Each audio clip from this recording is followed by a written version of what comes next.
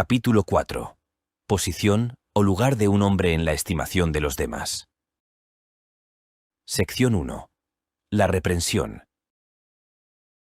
Por una peculiar debilidad de la naturaleza humana, los hombres suelen pensar demasiado en la opinión que los demás se forman de ellos.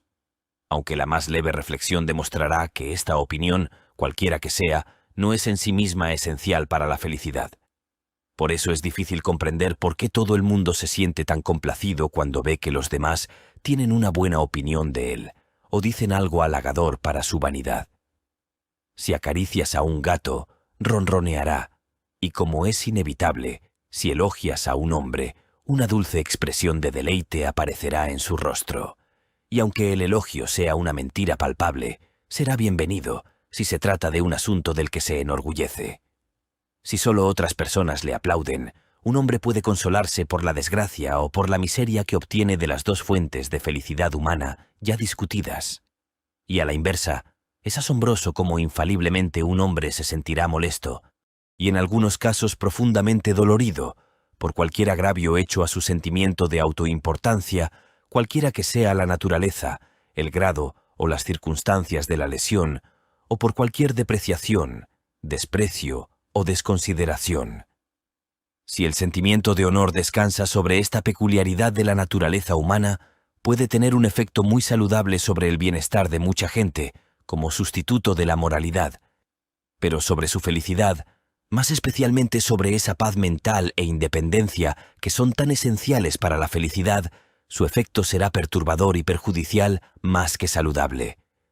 Por lo tanto, es aconsejable, desde nuestro punto de vista, poner límites a esta debilidad y considerar debidamente y estimar correctamente el valor relativo de las ventajas y así templar, en la medida de lo posible, esta gran susceptibilidad a la opinión de otras personas, tanto si la opinión es halagadora para nuestra vanidad como si nos causa dolor, porque en cualquier caso es el mismo sentimiento el que es tocado. Por lo demás, el hombre es esclavo de lo que los demás se complacen en pensar, y qué poco se necesita para desconcertar o calmar la mente ávida de elogios. Tan ligera, tan pequeña, es la mente que alaba al avaro. Se descompone y se reconstruye. Por tanto, contribuirá mucho a nuestra felicidad que comparemos debidamente el valor de lo que un hombre es en sí mismo y para sí mismo con lo que es a los ojos de los demás. Bajo el primero se encuentra todo lo que llena el espacio de nuestra existencia y la hace lo que es, en resumen, todas las ventajas ya consideradas y resumidas bajo los títulos de personalidad y propiedad. Y la esfera en la que todo esto tiene lugar es la propia conciencia del hombre. Por otra parte, la esfera de lo que somos para otras personas es su conciencia, no la nuestra. Es el tipo de figura que hacemos a sus ojos, junto con los pensamientos que esto suscita. Pero esto es algo que no tiene existencia directa e inmediata para nosotros, sino que solo puede afectarnos mediata e indirectamente, es decir, en la medida en que la conducta de otras personas hacia nosotros esté dirigida por ello, e incluso entonces debería afectarnos solo en la medida en que pueda movernos a modificar lo que somos en y para nosotros mismos. Aparte de esto, lo que ocurre en la conciencia de otras personas es, como tal, un asunto indiferente para nosotros, y con el tiempo nos volvemos realmente indiferentes a ello, cuando llegamos a ver cuán superficiales e inútiles son los pensamientos de la mayoría de las personas, cuán estrechas sus ideas, cuán mezquinos sus sentimientos, cuán perversas sus opiniones y cuánto de error hay en la mayoría de ellas. Cuando aprendemos por experiencia con qué depreciación hablará un hombre de su prójimo, cuando no está obligado a temerle o piensa que lo que dice no llegará a sus oídos. Y si alguna vez hemos tenido oportunidad de ver cómo el más grande de los hombres no recibe más que desaires de media docena de imbéciles, comprenderemos que dar gran valor a lo que dicen los demás es rendirles demasiado honor. En todo caso, un hombre está en muy mal camino, que no encuentra la fuente de la felicidad en las dos primeras clases de bendiciones ya tratadas, sino que tiene que buscarla en la tercera, en otras palabras, no en lo que es en sí mismo, sino en lo que es en la opinión de los demás. Porque, después de todo, la base de toda nuestra naturaleza y, por lo tanto, de nuestra felicidad, es nuestro físico, y el factor más esencial de la felicidad es la salud, y, después de la salud, la capacidad de mantenernos independientes y libres de cuidados. No puede haber competencia ni compensación entre estos factores esenciales, por un lado, y el honor, la pompa, el rango y la reputación, por otro, por mucho valor que le demos a estos últimos. Nadie dudaría en sacrificar lo segundo por lo primero, si fuera necesario. Aumentaríamos mucho nuestra felicidad si reconociéramos a tiempo la sencilla verdad de que la existencia principal y real de todo hombre está en su propia piel, y no en las opiniones de los demás, y en consecuencia que las condiciones reales de nuestra vida personal, salud, temperamento, capacidad, ingresos, esposa, hijos, amigos, hogar, son 100 veces más importantes para nuestra felicidad que lo que a los demás les complazca pensar de nosotros. De lo contrario, seremos desgraciados. Y si la gente insiste en que el honor es más caro que la vida misma, lo que realmente quieren decir es que la existencia y el bienestar son como nada en comparación con las opiniones de otras personas. Por supuesto, esto puede ser solo una forma exagerada de afirmar la prosaica verdad de que la reputación, es decir, la opinión que los demás tienen de nosotros, es indispensable si queremos progresar en el mundo. Pero volveré sobre ello más adelante. Cuando vemos que casi todo aquello a lo que los hombres dedican su vida, sin escatimar esfuerzos y corriendo 1000 peligros, no tiene, al fin y al cabo, otro objeto que el de elevarse en la estimación de los demás.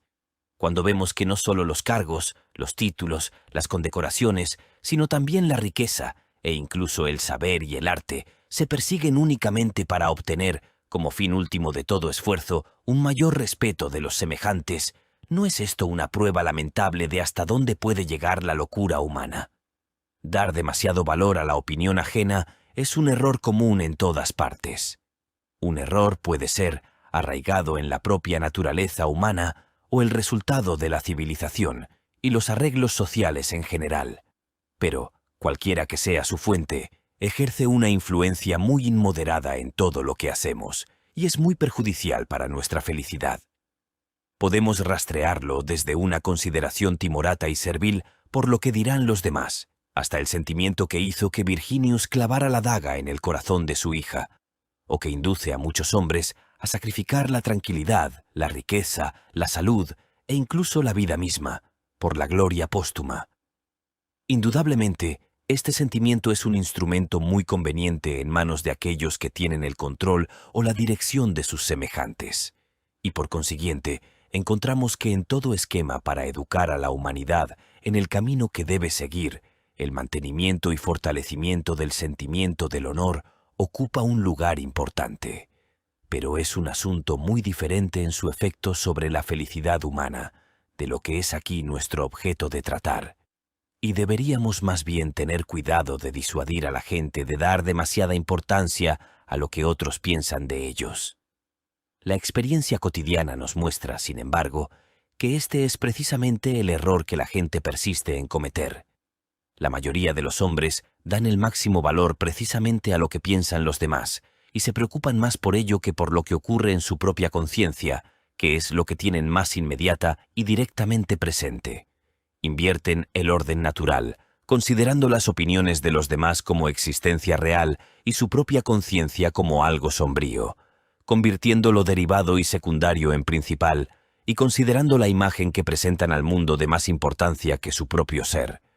Tratando así de obtener un resultado directo e inmediato de lo que no tiene una existencia realmente directa o inmediata, caen en la clase de locura que se llama vanidad, término apropiado para lo que no tiene un valor sólido o intrínseco. Como un avaro, tales personas olvidan el fin en su afán de obtener los medios. La verdad es que el valor que damos a la opinión de los demás y nuestro constante esfuerzo con respecto a ella son cada uno bastante desproporcionado con respecto a cualquier resultado que razonablemente podamos esperar alcanzar. De modo que esta atención a la actitud de los demás puede considerarse como una especie de manía universal que cada uno hereda. En todo lo que hacemos, casi lo primero que pensamos es qué dirá la gente, y casi la mitad de los problemas y molestias de la vida pueden atribuirse a nuestra ansiedad a este respecto. Es la ansiedad que está en el fondo de todo ese sentimiento de autoimportancia, que tan a menudo es mortificado porque es tan morbosamente sensible. Es la preocupación por lo que dirán los demás lo que subyace a toda nuestra vanidad y pretensión, sí, y también a todo nuestro espectáculo y fanfarronería. Sin ella no habría ni una décima parte del lujo que existe. El orgullo en todas sus formas, el point d'honneur y el punctilio, por variados que sean su género o su esfera, no son en el fondo más que esto: ansiedad por lo que dirán los demás y qué sacrificios cuesta. Se puede ver hasta en un niño, y aunque existe en todos los períodos de la vida, es más fuerte en la edad. Porque cuando la capacidad para el placer sensual falla, la vanidad y el orgullo solo tienen la avaricia para compartir su dominio. Los franceses, tal vez, ofrecen el mejor ejemplo de este sentimiento, y entre ellos es una epidemia regular, apareciendo a veces en la ambición más absurda o en un tipo ridículo de vanidad nacional y la jactancia más desvergonzada. Sin embargo, frustran sus propios logros, pues los demás se burlan de ellos y les llaman la Grande Nation. Para ilustrar especialmente este perverso y exuberante respeto por la opinión ajena, permítaseme tomar un pasaje del Times del 31 de marzo de 1846, en el que se da cuenta detallada de la ejecución de un tal Thomas Weeks, un aprendiz que, por motivos de venganza, había asesinado a su maestro. Aquí tenemos circunstancias muy inusuales y un personaje extraordinario, aunque muy adecuado para nuestro propósito, y estos se combinan para dar una imagen sorprendente de esta locura que está tan profundamente arraigada en la naturaleza humana y nos permiten formarnos una noción exacta de hasta dónde puede llegar. En la mañana de la ejecución, dice el informe, el reverendo ordinario estaba temprano asistiendo a él, pero Weeks, más allá de un comportamiento tranquilo, no mostró ningún interés en sus ministraciones, pareciendo sentirse ansioso solo por absolverse valientemente ante los espectadores de su ignominioso final. En la procesión, Weeks se colocó en el lugar que le correspondía con presteza y al entrar en el patio de la capilla, comentó, en voz lo suficientemente alta como para que le oyeran varias personas que estaban cerca de él: «Ahora, como dijo el doctor Dodd, pronto conoceré el gran secreto». Al llegar al cadalso, el miserable infeliz subió sin la menor ayuda, y cuando llegó al centro, se inclinó 2 veces ante los espectadores, procedimiento que provocó una tremenda ovación de la degradada multitud que se encontraba debajo. Este es un ejemplo admirable de la manera en que un hombre, con la muerte en la forma más espantosa ante sus propios ojos y la eternidad más allá de ella, no se preocupa de nada más que de la impresión que causa en una multitud de espectadores y de la opinión que deja tras de sí en sus cabezas. Ocurrió algo parecido en el caso de Lecomte, que fue ejecutado en Frankfurt también en 1846 por atentar contra la vida del rey. En el juicio le molestó mucho que no se le permitiera comparecer con un atuendo decente ante la Cámara Alta, y el día de la ejecución le dolió especialmente que no se le permitiera afeitarse. No solo en tiempos recientes se ha sabido de este tipo de cosas. Cuenta Mateo Alemán, en la introducción de su célebre romance Guzmán de Alfarache, que muchos criminales encaprichados, en vez de dedicar sus últimas horas al bienestar de su alma como debían, descuidan este deber con el fin de preparar y memorizar un discurso que han de pronunciar desde el cadalso. Tomo estos casos extremos como la mejor ilustración de lo que quiero decir, porque nos dan un reflejo magnificado de nuestra propia naturaleza. Las ansiedades de todos nosotros, nuestras preocupaciones, vejaciones, molestias, problemas, aprensiones intranquilas y esfuerzos denodados se deben, quizá en la gran mayoría de los casos, al qué dirán los demás. Y somos tan tontos en este sentido como esos miserables criminales. La envidia y el odio tienen muy a menudo un origen semejante. Ahora bien, es obvio que la felicidad, que consiste en su mayor parte en la paz de espíritu y la satisfacción, no se vería tan beneficiada por nada como por reducir este impulso de la naturaleza humana dentro de límites razonables, lo que quizá lo convertiría en una 50ª parte de lo que es ahora. Al hacerlo, nos libraríamos de una espina en la carne que siempre nos causa dolor. Pero es una tarea muy difícil, porque el impulso en cuestión es una perversidad natural e innata de la naturaleza humana.